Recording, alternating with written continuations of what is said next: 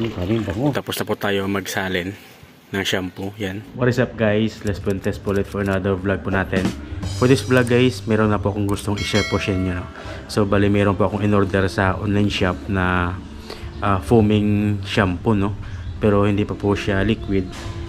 Kailangan pa po siya natin ihalo, no? Or i-mix. So actually ito yung first time ko guys na umorder ng ganito na powder pa siya. Gusto ko lang din i-share po sa inyo para po sa may mga business na mga window car wash, para po sa inyo tong video na to, okay? So ito yung package na guys. Hindi ko pa siya nabuksan. So bubuksan pa natin. Yan. So grabe yung init ngayon guys, oh. Napakainit. Nasa dito sa Iloilo guys, nasa 43 degrees Celsius, oh. At natanggal pa yung ano, yung blade. Yan. Ito natin para makita po natin yung laman in-order natin. Yan. So dito po siya guys, yung kanyang mga sangkap. Yan. So wala na, no? Tabi muna natin yan. Dito may nakalagay na. So liquid siya guys, na may nakalagay na degreaser and foam booster. Kasi pag nag-order kayo nito guys, yung ito, bali madami kayong pagpipilian. Meron silang mga, kung gusto nyo may bango, pwede din, no? Kasi tawag dito, mag-add kayo kung anong gusto nyo. So yung sa akin, yung pinili ko is degreaser and foam booster. So ito yung mga kasama niya. Meron naman siya guys na instruction, no? Kung paano mag-mix. Yan. Yan. How to make car and motor shampoo kit 15 to 16 liters yield. Okay? Buksan natin ng dahan-dahan lang. Kalimutan ko guys kung magkano yung bili ko nito. Siguro ilalagay ko na lang sa screen. Kasi yung kanyang packaging guys is natapon ko na po. Para siyang jelly. Yan, SLES. Hindi ko alam kung anong meaning ng SLES na. Ito guys, importante. Instruction. Then meron pa din another CS premix pouch 2. Yan. Ayun natin dyan. Yan. CS premix Shangri-La. Yan. Monobulo tayo dito. And then meron silang kasama super bubble booster. Yan. Yan. Next, thickener. Okay? So wala na, no? So dito tayo guys magbe-base kung anong uunahin.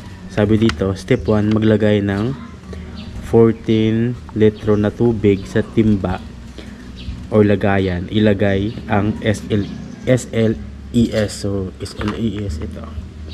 So kailangan natin maglagay ng 14 liters. Yan. So meron tayo ditong Wilkins na sukatan natin. Yan. 7 liters. So kuha tayo ng isa, no? Meron dito tayo isa. Yan. 7 liters dito guys.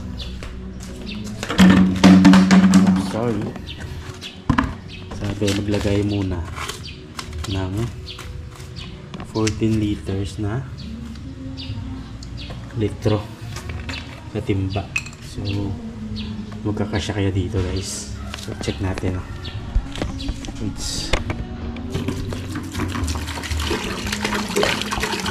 so mukhang magkakasya naman siya. May allowance pa na konti guys. Another one.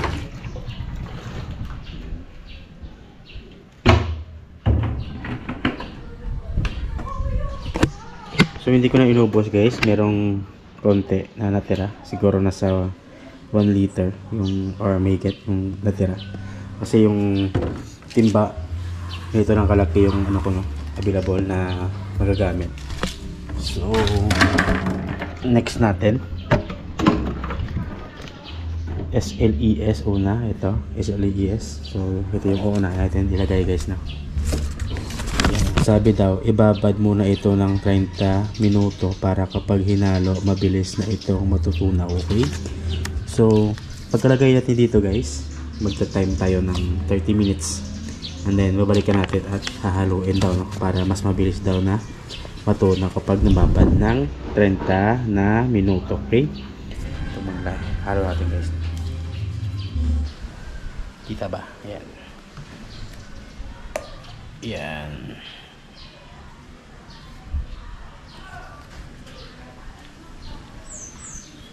So, malapot siya guys, no?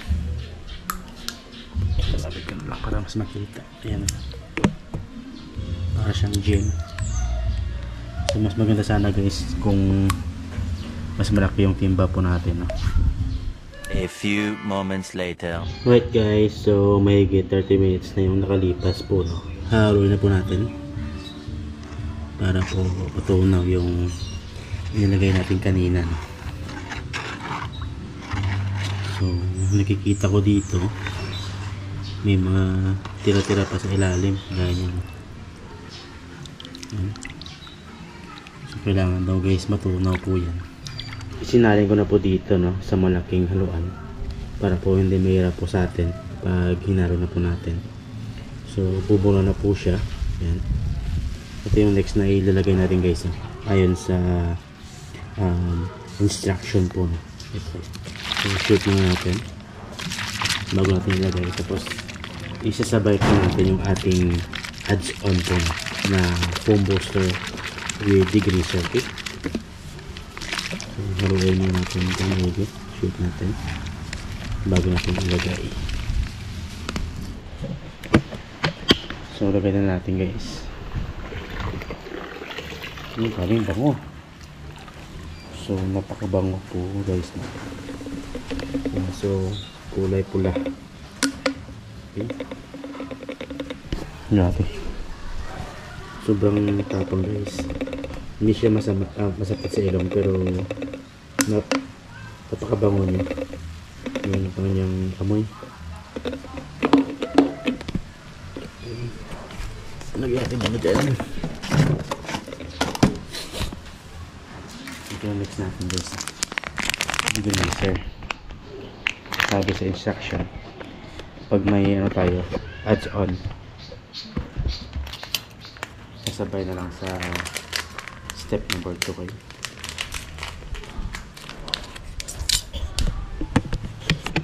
Lagyan natin to. Ayan. Okay. Tapos halo ulit ng dahan-dahan. Alright, so next natin ilagay guys, ito yung super bubble booster. Okay, lagay natin and then hahaluin po natin guys. Yan.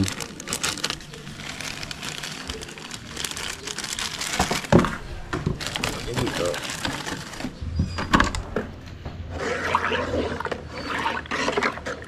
Ito yung next natin, yung premix pouch number 2. Okay,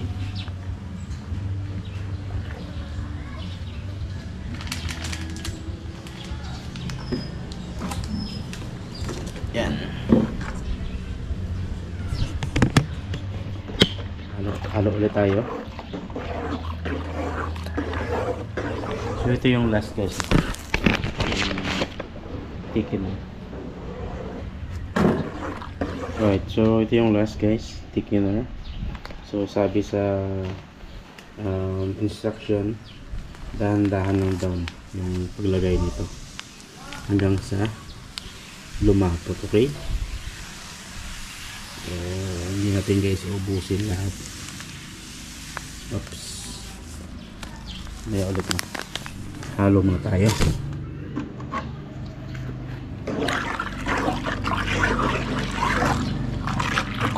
Alright guys, so ito yung natira na lang. So, bubuhos natin ito lahat. Binuluin natin. So mga nasa 5 na hati ko guys. Ito, bago maubos lahat. Ipakita ko lang sa inyo kung ano yung itsura yan. Yan. So malapot na siya guys, no? So marami kasing bula eh. Ano, kita ba? Yan. Yan, diba? So haro lang natin. Okay, so tapos na tayo maghalo lahat. So kasi sabi kasi dito sa instruction guys, pagkatapos ng mixture, i-rest ito ng 1 araw bago gamitin o isalin sa mga bote o lagayan. So kailangan pa pala guys ng 1 araw, no, na papahinga muna bago natin magamit. So hindi tayo ngayon nakakapag-sample ng kung okay ba, no, yung ganitong product. Okay, so babalikan ko na lang kayo siguro guys kinabukasan. Okay, so hanggang dito na lang po muna yung vlog po natin. See you in next 24 hours. Okay, let's go.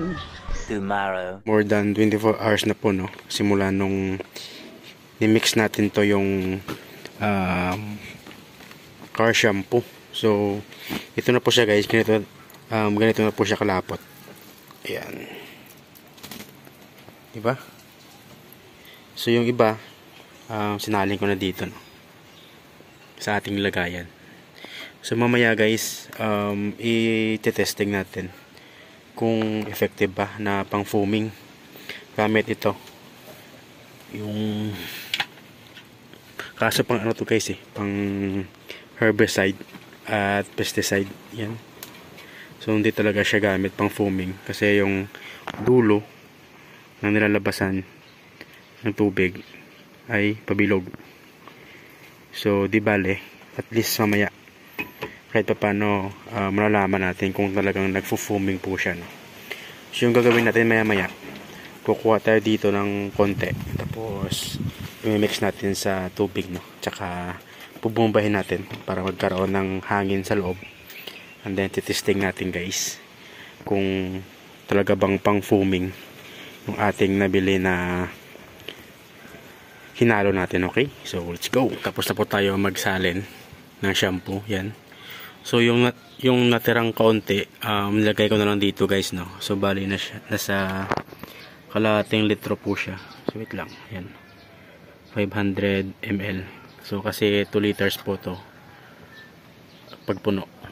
So hindi ko lang alam guys kung sakto ba to yung mix natin kasi ano lang naman to guys eh, trial, di ba?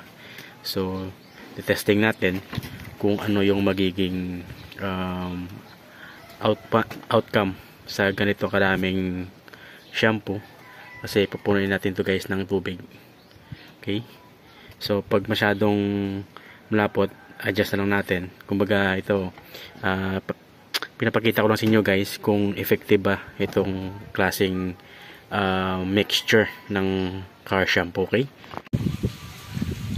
alright, so nandito na po guys yung ating car shampoo na na-mix na natin sa tubig. Yan. So nabumba na natin guys, no, ng hangin. So wala na, baga puno na ng hangin guys. So check natin dito.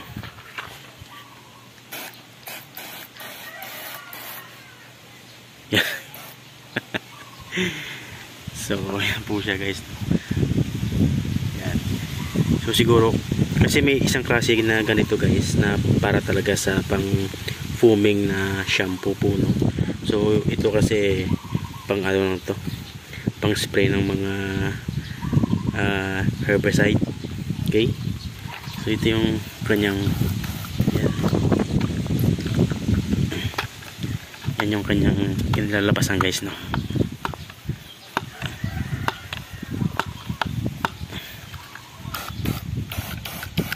Yan po siya. Okay. So, mas maganda guys na check natin na lang dun sa ating pwesto. Bali gagamit tayo dun ng foaming cannon, no? And then i-attach natin sa isang ating unit para malalaman talaga natin kung ano yung magiging itsura niya, kung talagang nagfo-foaming ba siya. Okay. Right guys, dito po tayo ngayon sa pwesto po natin. So, ito na lang po yung gagamitin ko po, no? Bali dito ko na lang po nilagay sa foaming cannon gamit yung ating pressure washer. Okay. So, check natin guys.